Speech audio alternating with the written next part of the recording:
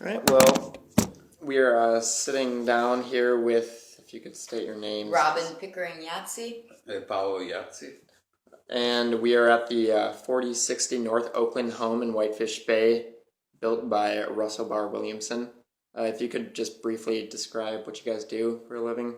I'm a professor of Italian studies and teach film, lit, and culture at UWM.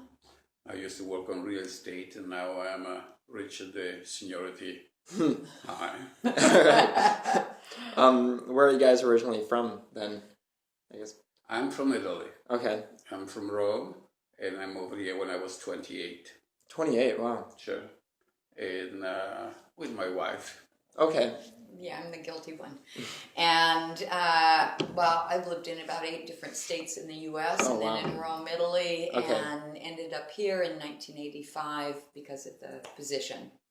So you guys met in Rome then, I take it? Yes. So when you guys moved to the States, were there any other areas that you were looking at?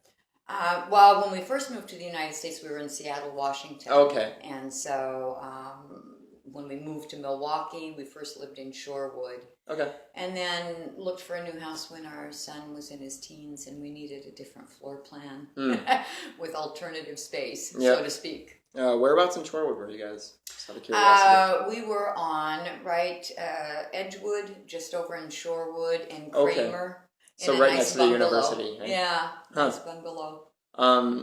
When kind of looking around then for a new home, when your son grew up, what kind of reached your decision on this house? Just it standing out, or?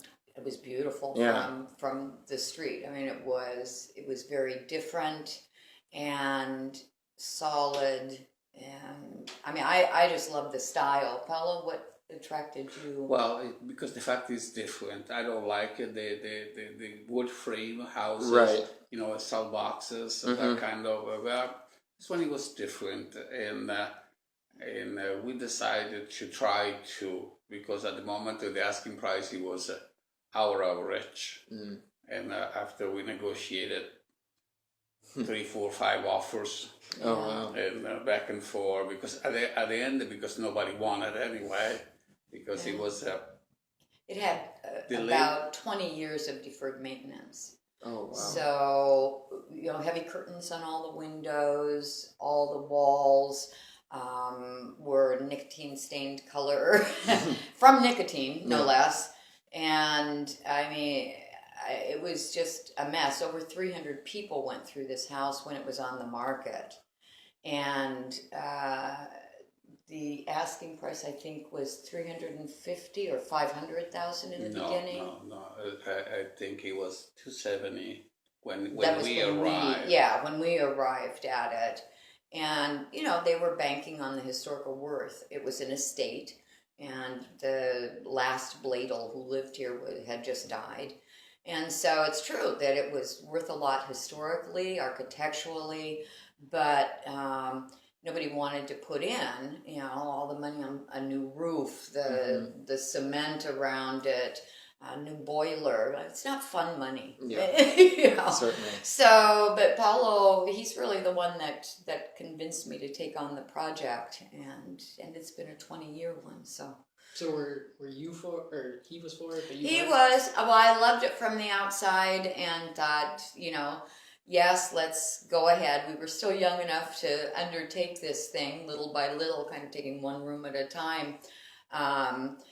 But when we took ownership, I did break down and cry. There were pink neon lights and extension cords all over the place, and it was just like, oh crap, what have we gotten into here?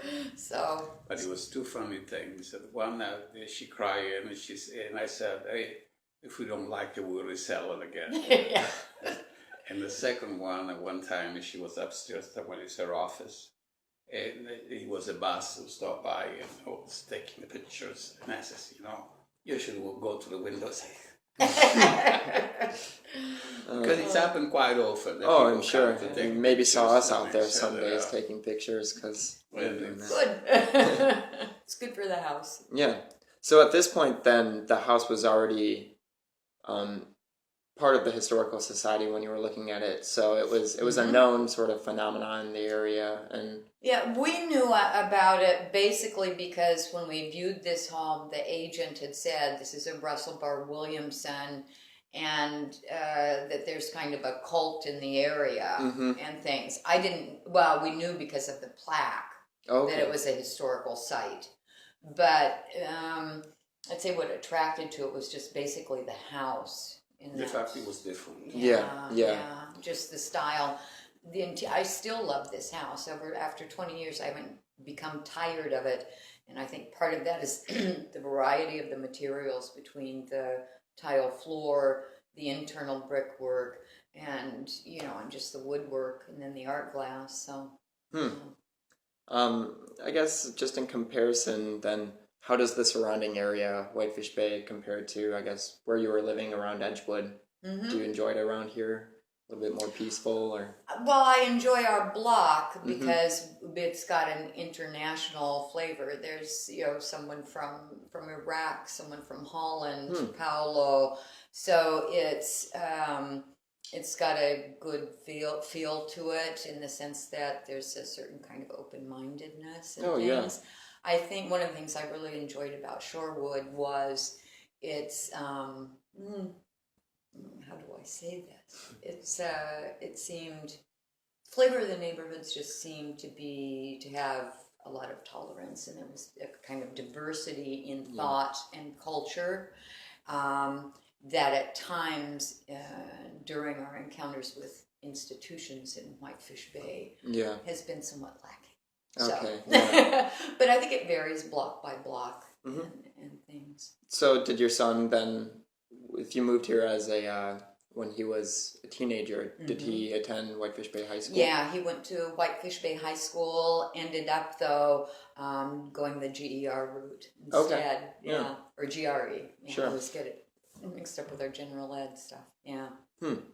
I guess another thing I wanted to ask you about was, how does this part of Oakland Avenue feel? Because I know it's really quite busy down there, but it starts to kind of dissipate as you move up. Right. We have, I mean, actually people on this block and in when you want, we tend to be very close-knit. We have block parties every summer.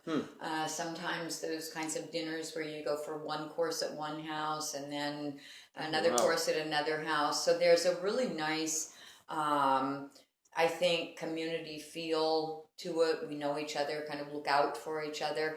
Most of us have been here for 20 years or more. So new people on the end, they've been here now just a couple of years. And this is the first time that a house has been on the market, because the Land and Stone now is on the market. The one with the sign. Just sold, yeah. But otherwise, I mean, it's been quite stable, and people have raised their kids here and things. So it's, I think it's closer than one would think as far as it's different from the standard. Yeah. Because, the American standard, you buy a house, you stay 6 years and you go away. Yeah, these and people there's this block here, and the people stay. Yeah. And after us, I believe we only Dr. Armstrong. Right. In that house for sale. The one got sold. Those are the only two three really times that have changed. That house. Oh, and every time they sold in the first 3 or 5 days. Yeah. And every time they offer more than what they asked for. Yeah. But people restored them, because when most of the people moved in on this block, their homes were in a similar state to what ours was. Yeah. So they put in money, they restored it, and did all sorts of work, and they've stayed. How long did you say the family that was here before you guys? Ladles? Yeah, the Ladles. 50 years. 50 years. Yeah. And then before that was Russell Williamson. Bar Williamson, yeah. Stayed very little. Yeah. Because for the economical problem on the 30. Yes. Oh, right. He The lost depression. He lost his house. Yeah. And he was living, am I wrong? On the other house, the gray house on Lake Drive. On the lakeside. If you want it, you can buy for $3 million. It's on sale now, yes. But you know, if you do For have- sale, not on sale. And the gray house, he has a A different carriage house in the front. Oh, okay. and they offer that things for free. That one was my understanding. Because I think he did that house, right? Also? No, I don't think it's on our In list. our I list? don't know. Okay. But anyway, Yeah. he lost. And so he lived there for a little while. Mm. Yeah. The Blados, they were a wealthy family. They did have a Jewelry. jewelry store downtown on Wisconsin Avenue. And they did, in according to my information, they did have also a house, one of the big mansions on Wisconsin Avenue. This one, it was the cottage on the lake. Yeah.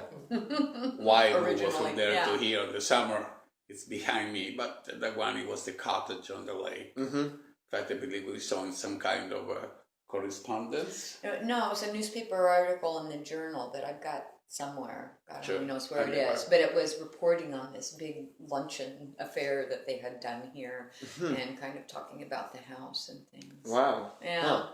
Huh. So they moved. Was there a gap between Russell Barr Williamson and the Blados moving in? or No. Pretty immediate. Right. Okay. Huh. And then as far as, more on the area, public amenities, what kind of, are there, is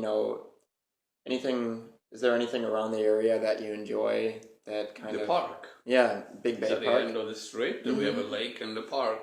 We walk every morning. Me and the two ladies there. Whereas I go down Lake Drive. I mean, it's a good walking community and things. I think with my connections at UWM, we tend to take advantage of what's going on there. Right.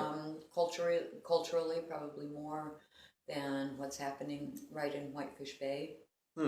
Yeah, to be honest, I'm surprised to hear that it is such a nice walking community. Just living on that end of Oakland it's a completely different feel. So, well, I guess we've already kind of talked about surprises when you first moved in, and it being the exterior versus the interior. Out of curiosity, have there been any problems with the lack of garage, or is there a garage? There is a garage, Oh, okay. and I'm the one who's always lucked out and used it. You have to have a certain size car. I originally had an Alfa Romeo Milano, fit fine. Once I got the Alfa, the 164, it was very close, and indeed I scraped my front fender several times. The EOS will go in. Paolo's being longer nosed. It's actually, it's a garage and a half. It's just Okay. that where the fence is and the way the garage opening is, it's, maneuvering it is kind of interesting. It's We can easier. build a two-car garage after that. Yeah. You have enough land there to build it. Yeah. But it would be on the left side, so we wouldn't be in this view. You wouldn't want to. You see, the garage is the last piece there. You see the Right. You can see One the is the corner garage. on the brick. And it faces that way then. It Eh? faces Yeah, that it way. faces that way. Faces north. It would be. Yeah. And do you enjoy the structure's position on the lot? I mean, are Very you comfortable with the front yard and backyard? And Yeah. it seems like you have a absolutely. really nice backyard Yeah, out there. this one is a lot and a half as a land situation.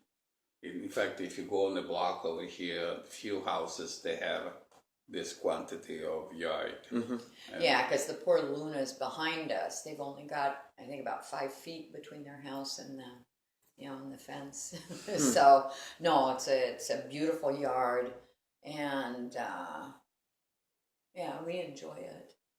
So with that said, I guess that going on also with the house being historical, have you had any problems with privacy? I mean, you mentioned, people coming up and taking pictures, but Yeah, no, that doesn't.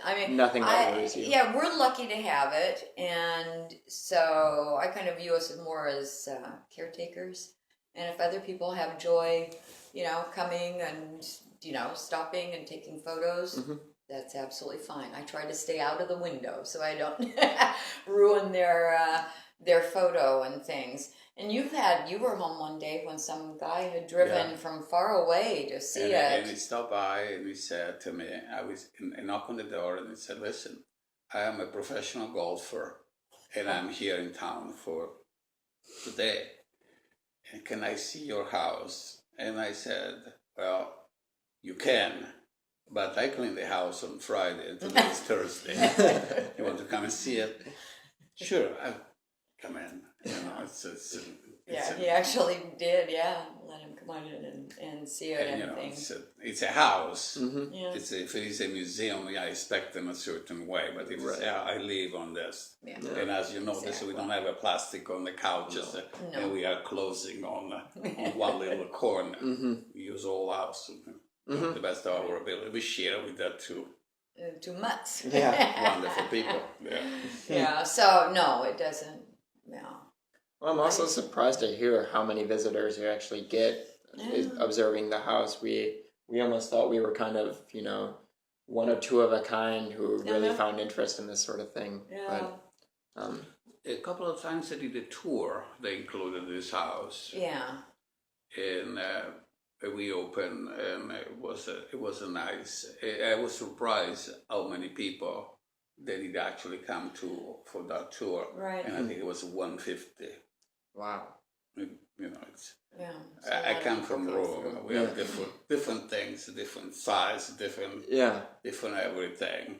But I would be surprised if I go to open one of this palace and I have 10,000 people. At 10,000 people, I would be surprised. Yeah. The same, I would be surprised here for 150. Yeah. In fact, when they called the first time, I told my wife, I said, "Are you sure?"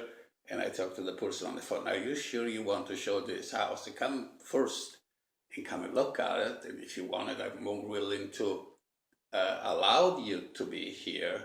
But I don't want to be a livestock of people." Yeah.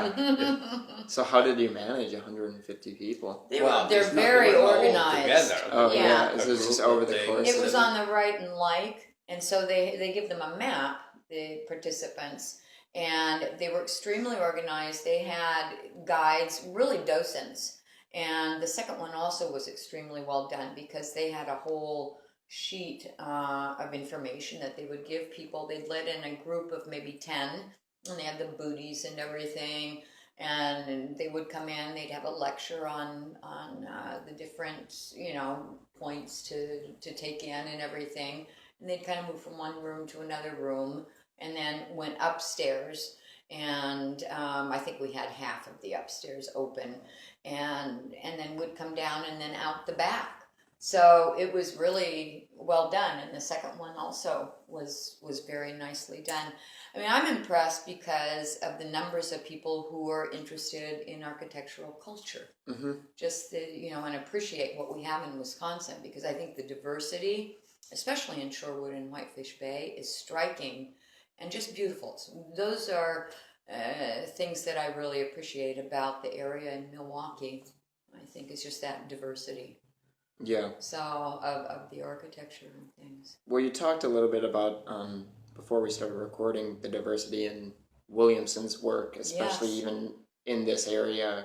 Could you just re-elaborate on some of the other houses in the area that he's done? Or Right. I mean, I was just surprised because of the fact that he worked so well also in Mediterranean style. There are some, wonderful kinds of those mid-century modern homes also that he's done. And so that versatility of style with him is one of the things that struck me most definitely.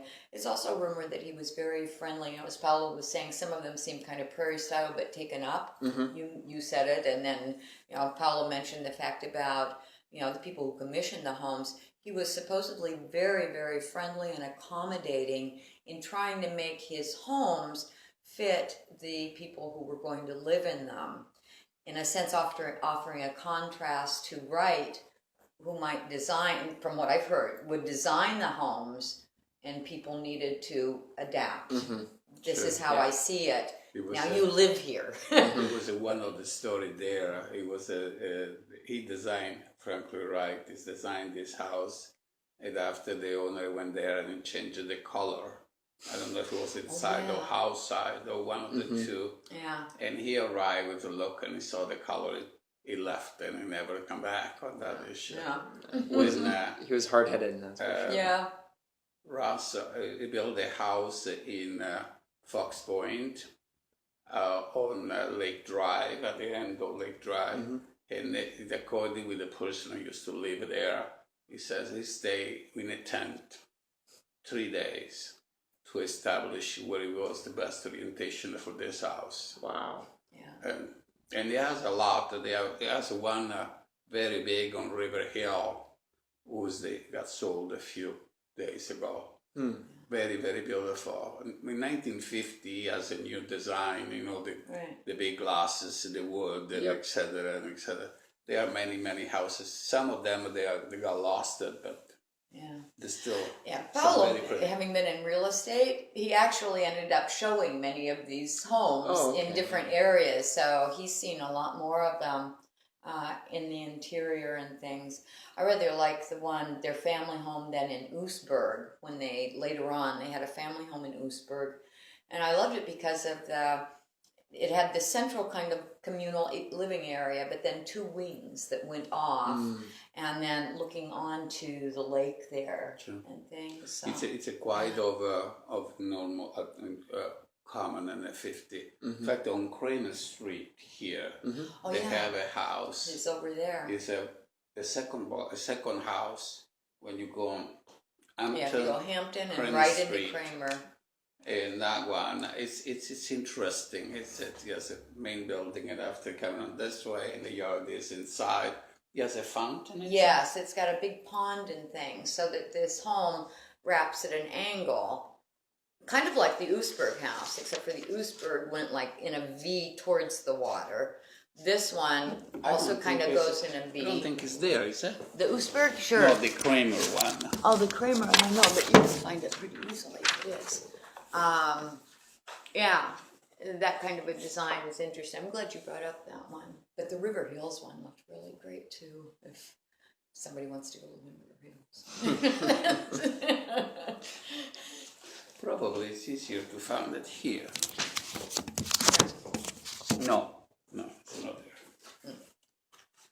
Is there anything that you would want to see changed in, I guess, the surrounding neighborhood?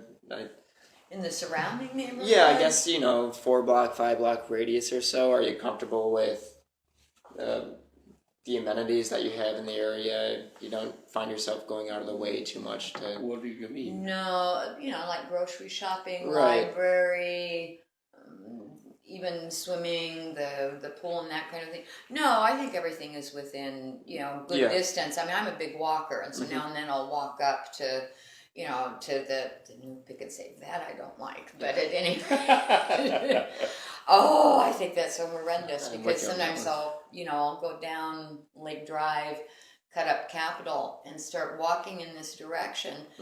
And when you hit it at the beginning, it's like this huge thing of uninterrupted surface. Yeah. And it's just, for me, is really quite horrendous. It's quite a monster. Yeah, it's too bad. And I think they've lost a lot of really nice, unique kinds of shops and things. Right. They're being Yeah, the storefronts that used to exist. It's a building for the new people. Yeah. Then I'm an old person. It's a building for you guys. Yeah. But I don't know that it is. But I think it's Well, there's a new branch in Shorewood that's opening to start to review all future projects to make sure they fit the aesthetic of Shorewood. Right. Which is, I think it was after that was put up. So yeah. Well, but they bring a lot of money. It does, yeah. Because the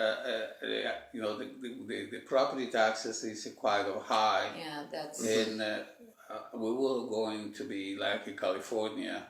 I bought it for that kind of money, and you tax me for that kind of money until you change the ownership. Because what happened in California, the house they were originally $200,000 after it went $1 million. And this poor woman in Social Security, or poor man in that case on Social Security, couldn't afford it no more, and they have to sell it. Yeah. It was certainly unfair because you make me abandon my property who I wish to stay. But if they tax me as $1 million, There's no way. I cannot. Yeah. Well, it Support seems to me this there issue. needs to be a balance. Exactly. Yeah, Mhm. some kind A of balance. balance, and the metro market went over. It tipped it. So, Then I quickly want to ask Mhm. to know, this is kind of a personal question. Sure. There's a White House on the corner on Oakland. It's very kind of modern 60s looking. It's on a triangular lot. Sure. on the corner. Isn't that cool? Yeah, I was curious. I love that house. Yeah. It's one of my favorite ones too. Well, I guess you being in real estate, have you ever That looked one into never it? moved. Yeah? I haven't never It's went never been on inside. sale, and it has was it? never for sale. Yeah, it's a sale. neat looking home. Isn't it, though? Yeah. I It's didn't one of those know. houses that sticks out. Yeah. Because, going through the area, we had about 5 houses we were looking into, this Right. being the one we chose, but Well, Yeah. if you find out about that, send me an email. Yeah, certainly, Please, yeah. because I'm very curious. I'd love to see the interior. yeah, it's certainly Yeah. bizarre. Yeah, it's funny because they don't, with the block parties and things, Mhm. oftentimes people, we invite people, from Lake Drive and things over too, because we tend to know those people behind us as well. But we haven't gone that way.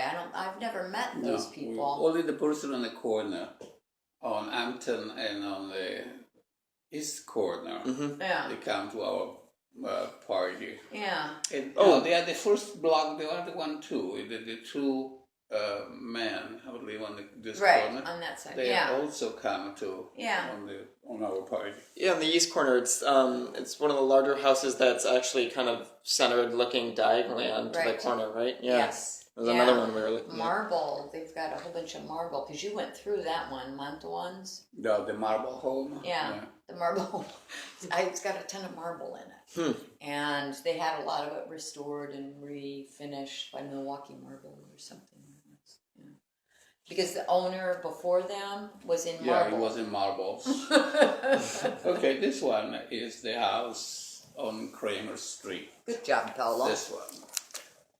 Oh, okay. And it's a quite nice. Yeah, so right there is the garden, and there's a pond there. And so this is kind of like a V that goes like that. The current owners, it's interesting because the woman who lives there had said their problem with the home was it had too many bedrooms, I guess, smaller ones or something. It had like 5. And then they did some they redesigned it kind of. They changed the front too. But yeah. But it's pretty. It is. I think Yeah. Yeah. And we went to see it together. Do you remember when Yeah. it was an open house there? Yeah. It's a nice one. I think we pretty much covered everything I wanted to cover. Is there anything you can think of? Do we ask them if they have like a favorite room? Or... Oh yeah, I guess just where do you spend most of your leisure time around the house? And right here? Yeah. I guess Well, long meals, but Yeah. But yeah, here. Most of my daytime is split between the office and UWM. Mhm. So and I like that space a lot. But yeah, evenings, a long Yeah, we meal occupied generally all the here. house. Yeah. Yeah, it's a Yeah. nothing here. It's divided for a special occasion. Right. The good couches and etc. Mhm. We You have all couldn't this. really. Yeah. This one actually. My smaller dog stay there. My bigger dog is Right, here. right. Yeah. If they are free. In other case, they go some other place. Yeah. So. That's a well-lit Yeah. house, yeah. Well, thank you guys so much for Well, everything, it's been man. a delight. Yeah. And yeah. Shut this So off. I'm glad you came and